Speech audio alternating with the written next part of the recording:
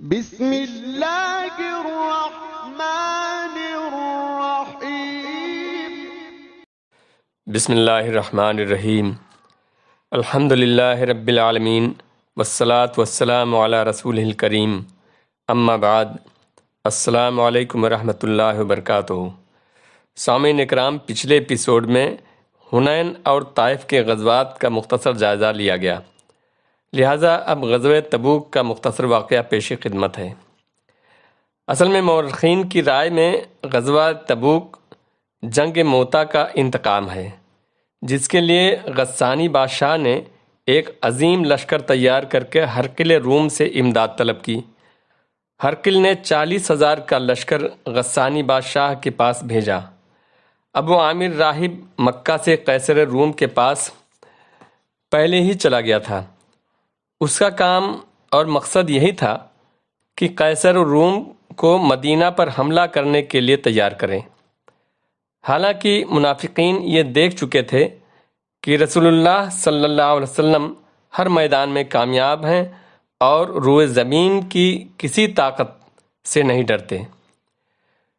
اس کے باوجود منافقین اس امید میں تھے کہ اب مسلمانوں کے خلاف سازش کر کے انہیں نقصان پہنچا دیں گے، لہٰذا اپنے اسی تصور کی بنا پر انہوں نے ایک مسجد کی تعمیر کی جو مسجد ضرار کے نام سے مشہور ہوئی۔ ان کا مقصد تھا کہ اہل ایمان کے درمیان تفرقہ اندازی اور اللہ اور اس کے رسول کے ساتھ کفر اور ان سے لڑنے والوں کے لیے گھات لگا کر بیٹھیں گے۔ منافقین نے رسول اللہ صلی اللہ علیہ وسلم سے گزارش کی کہ آپ اس میں نماز پڑھیں، لیکن نبی کریم صلی اللہ علیہ وسلم نے اس مسجد میں نماز کی ادائیگی کو جنگ سے واپسی تک کے لیے ملتوی کر دیا، کیونکہ آپ صلی اللہ علیہ وسلم تیاری میں مشغول تھے۔ اس طرح منافقین اپنے مقصد میں کامیاب نہ ہو سکے اور اللہ نے ان کا پردہ واپسی سے پہلے ہی چاک کر دیا۔ چنانچہ آپ صلی اللہ علیہ وسلم نے غزوے سے واپس آ کر اس مسجد ضرار کو نماز پڑھنے کے بجائے منہدم کرا دیا۔ مدینہ میں برابر خبریں پہنچ رہی تھیں کہ رومی فوج مسلمانوں کے خلاف معرکہ کی تیاری کر رہی ہیں۔ ان خبروں کا مسلمان سامنا کر ہی رہے تھے کہ اچانک نبطیوں سے معلوم ہوا کہ ہرقل کی فوج کا ایک دستہ بلقا پہنچ گیا ہے۔ اس طرح مسلمانوں کے سامنے ایک بڑا خطرہ نظر آ رہا تھا۔ ادھر مدینہ کے لوگ تنگی اور قحط سالی سے پریشان تھے اور سخت گرمی کا زمانہ تھا۔ سواریاں کم تھیں، راستے کی پیچیدگی دشوار کن تھی، لیکن رسول اللہ صلی اللہ علیہ وسلم حالات کا مطالعہ بڑی گہری نظر سے فرما رہے تھے۔ آپ صلی اللہ علیہ وسلم یہ سمجھ رہے تھے کہ اگر آپ نے ان لمحات میں رومیوں سے جنگ لڑنے میں کاہلی اور سستی سے کام لیا اور رومیوں کو مسلمانوں کے علاقے میں گھسنے دیا تو اسلامی دعوت پر برے اثرات ہوں گے اور مسلمانوں کی فوجی ساکھ اکھڑ جائے گی۔ اس لیے آپ صلی اللہ علیہ وسلم نے طے کیا کہ رومیوں کو دارالاسلام کی طرف پیش قدمی کی مہلت ہی نہ دی جائے، ان کے علاقے اور حدود میں گھس کر ان کے خلاف ایک فیصلہ کن جنگ لڑی جائے۔ اس طرح رسول اللہ صلی اللہ علیہ وسلم نے صحابہ کرام رضی اللہ تعالیٰ عنہم میں اعلان فرما دیا کہ لڑائی کی تیاری کریں۔ قبائل عرب اور اہل مکہ کو بھی پیغام دیا کہ رومیوں سے مقابلے کے لیے نکل پڑیں۔ اس موقع پر سورہ توبہ کی کچھ آیات نازل ہوئیں۔ ساتھ ہی آپ صلی اللہ علیہ وسلم نے صدقہ و خیرات کرنے کی فضیلت بیان کی اور اللہ کی راہ میں نفیس مال خرچ کرنے کی رغبت دلائی۔ صحابہ کرام رضی اللہ عنہم نے جو ہی رسول اللہ صلی اللہ علیہ وسلم کا ارشاد سنا کہ آپ رومیوں سے جنگ کی دعوت دے رہے ہیں، فوراً اس کی تعمیل کے لیے دوڑ پڑے۔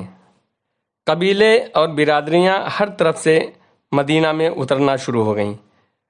منافقوں کے علاوہ کسی مسلمان نے اس غزوے سے پیچھے رہنا گوارا نہ کیا۔ البتہ 3 مسلمان صحیح الایمان ہونے کے باوجود اس غزوے میں شریک نہیں ہو سکے تھے۔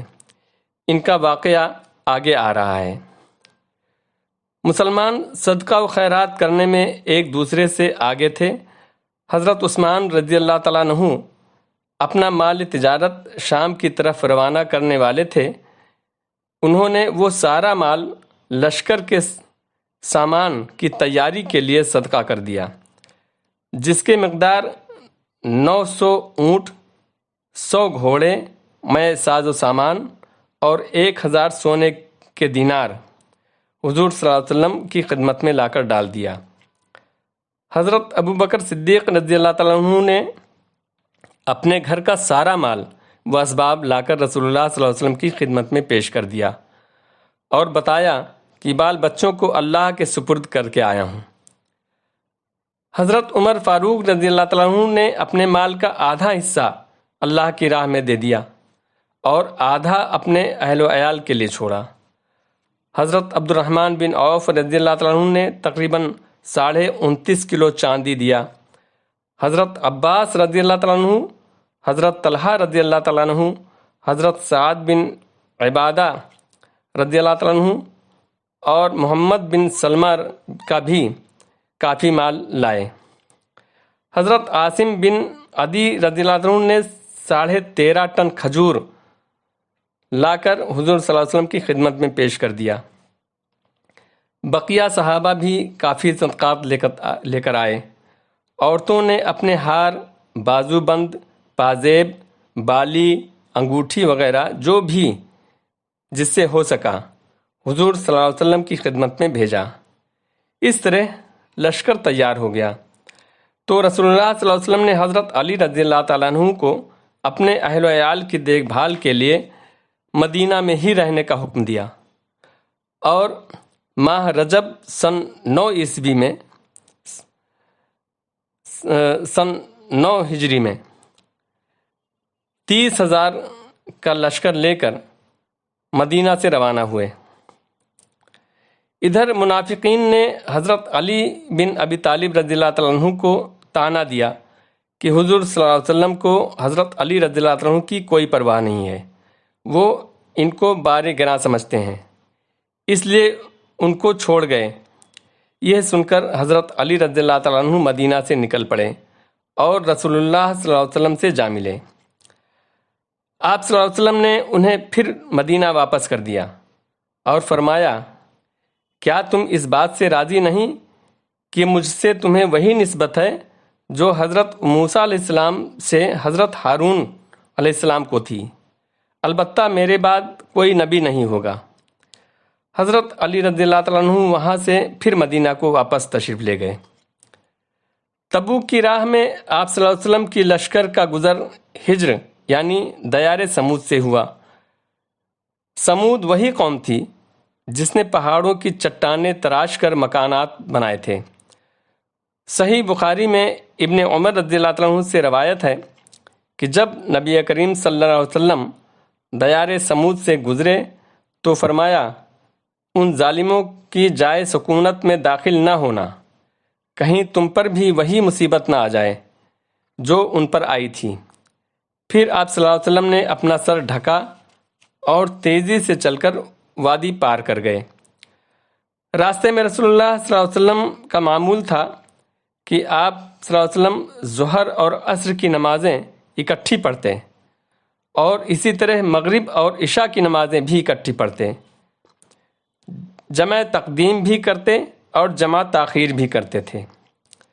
جمع تقدیم کا مطلب یہ ہے کہ ظہر اور عصر دونوں ظہر کے وقت میں اور مغرب اور عشاء دونوں مغرب کے وقت میں پڑھی جائیں، اور جمع تاخیر کا مطلب یہ ہے کہ ظہر اور عصر دونوں نمازیں عصر کے وقت میں اور مغرب اور عشاء کی دونوں نمازیں عشاء کے وقت میں پڑھی جائیں۔ اسلامی لشکر تبوک میں اتر کر خیمہ زن ہوا وہ رومیوں سے دو دو ہاتھ کرنے کے لیے تیار تھا۔ پھر رسول اللہ صلی اللہ علیہ وسلم نے اہل لشکر کو مخاطب کر کے نہایت بلیغ خطبہ دیا۔ آپ صلی اللہ علیہ وسلم نے دنیا اور آخرت کی بھلائی کی رغبت دلائی، اللہ کے عذاب سے ڈرایا اور اس کے انعامات کی خوشخبری دی۔ اس طرح فوج کا حوصلہ بلند ہو گیا۔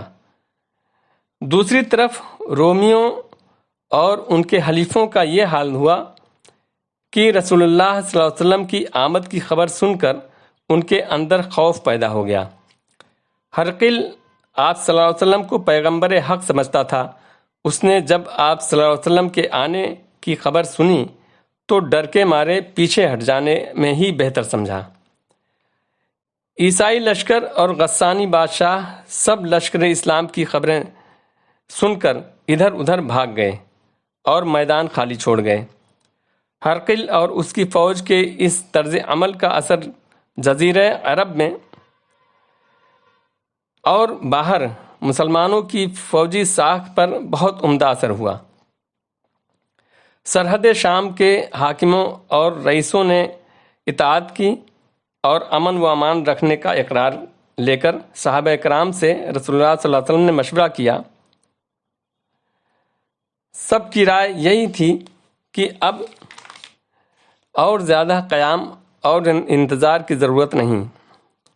ہرقل اور اس کی فوجیں مرعوب ہو چکی تھیں، اگر ان میں ہمت ہوتی تو مقابلے کو آ جاتے۔